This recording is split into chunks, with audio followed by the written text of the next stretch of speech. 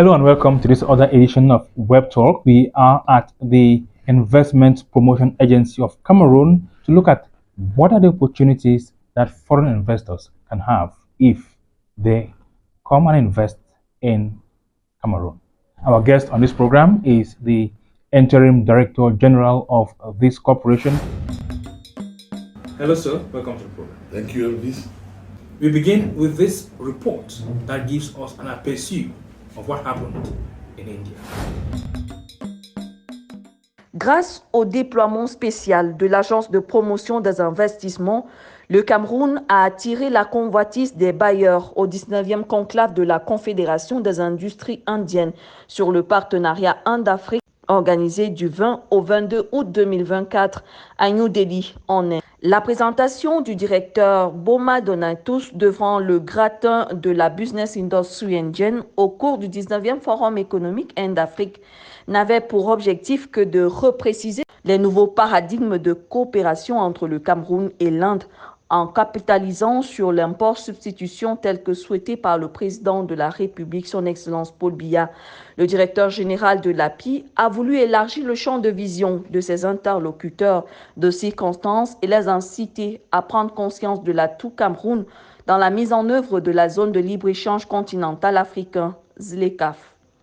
Ce 19e Forum économique Inde-Afrique, organisé par la Conférence des industriels indiens, a également permis à la délégation camerounaise de présenter l'acquis réel de facilités prévues par la loi sur les incitations à l'investissement privé. Le texte adopté en 2013 prévoit en outre 24 mesures d'incitation fiscalo-douanière et 10 dispositions financières et administratives spéciales pour faciliter la vie aux investisseurs. You were just coming back from India, where you went scouting for Indian investors to bring them to Cameroon. Give us a brief recap of that trip.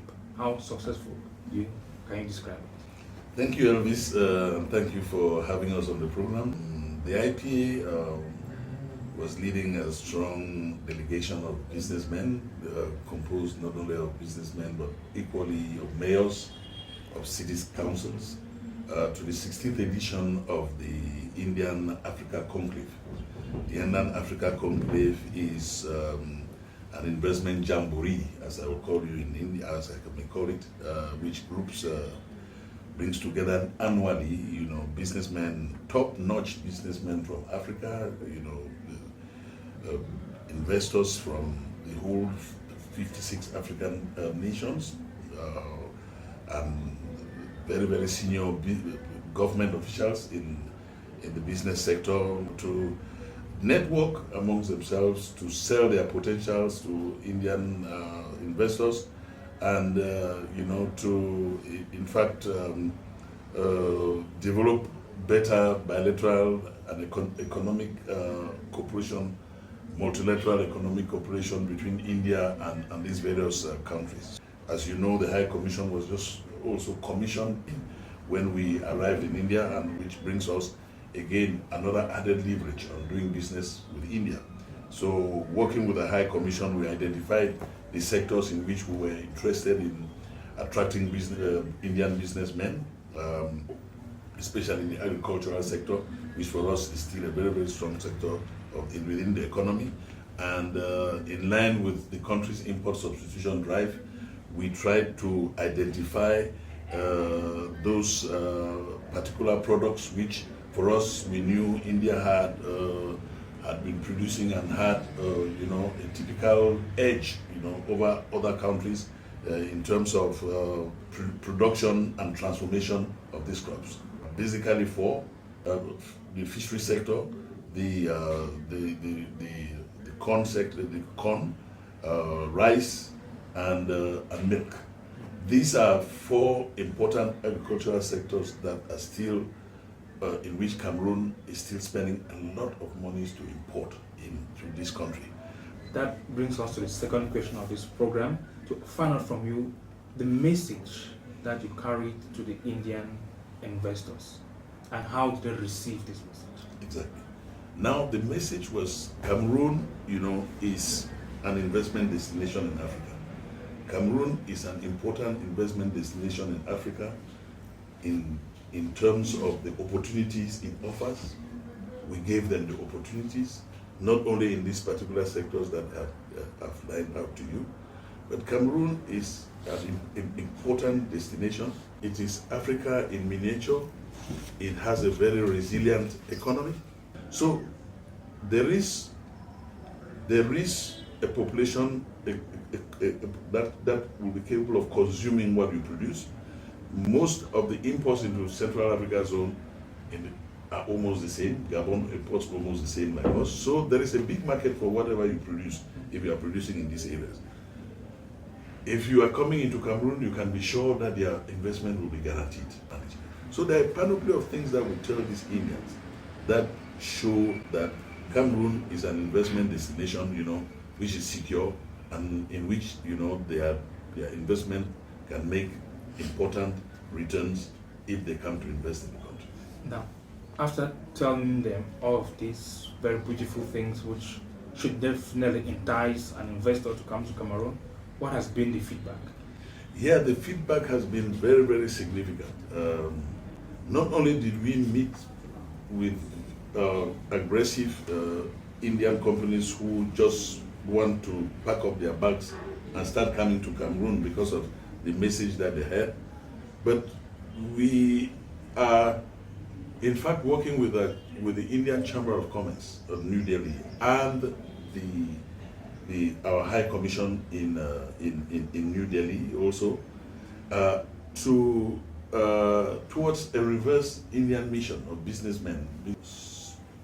Our date is sometime in November, to continue our discussions and to make sure that we start putting some flesh on all of this and getting them to effectively envisaging going on the ground in Cameroon and starting their investments. We also have some of them who will be on their way within a month. They want to produce IV fluid equipment and IV fluid in Cameroon. We have people who are interested in the hospital sector, and also in the production of generic drugs. This will be coming very, very shortly. But what I want to reassure you is that India has a lot of aggressive businessmen, very, very aggressive businessmen. And when I say aggressive, permit me the word, they are very, very forward-looking. And it is our conviction that it's a country that we have to put more focus on. We have to be more targeted on India because their development pattern is not very, very different from where we came from.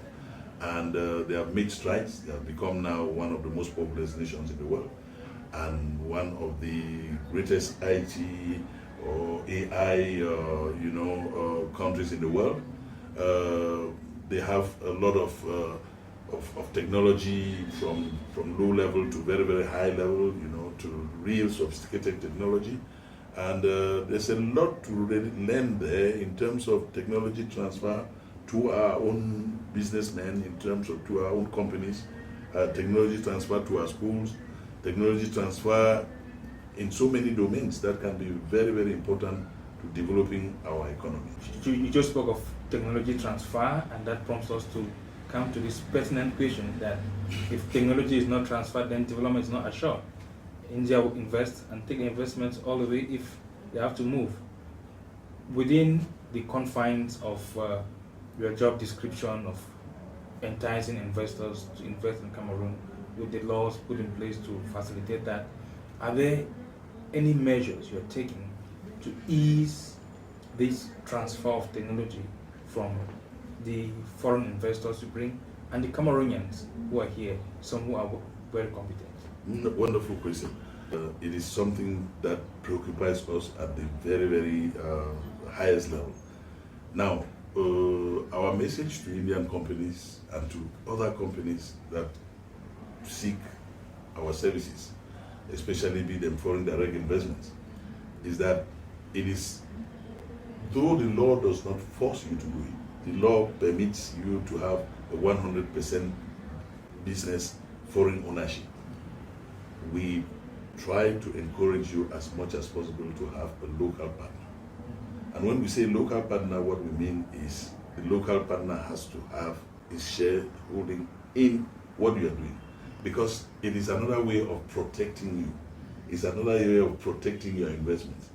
We like to attract foreign direct investment, but that foreign direct investment also has to have an impact on the local community in terms of corporate social responsibility, in terms of investing within the economy, in terms of shareholding within the particular companies, so that Cameroonians can equally feel that they are part and parcel of a company that has come into place. You just came back from India, where you took part in this India-Africa forum or investment forum, but you did not stop there. We've seen you active with the Turkish. What should we expect? Is it a drive to bring as many foreign investors, or do you just want to expand and explore the platform for foreign investment? I will take the second proposal you made. It's like expanding the platform for foreign investment that we're trying to do as much as possible. The Cameroon Turkish Business Council appointed one of the biggest investors in Turkey as his head, the executive head, who was here and who was met at the highest level, of the country, right from the presidency to the Prime Minister's office and to all sectoral ministers. This guy has about 800 holding companies in Turkey under him, and it was very, very significant.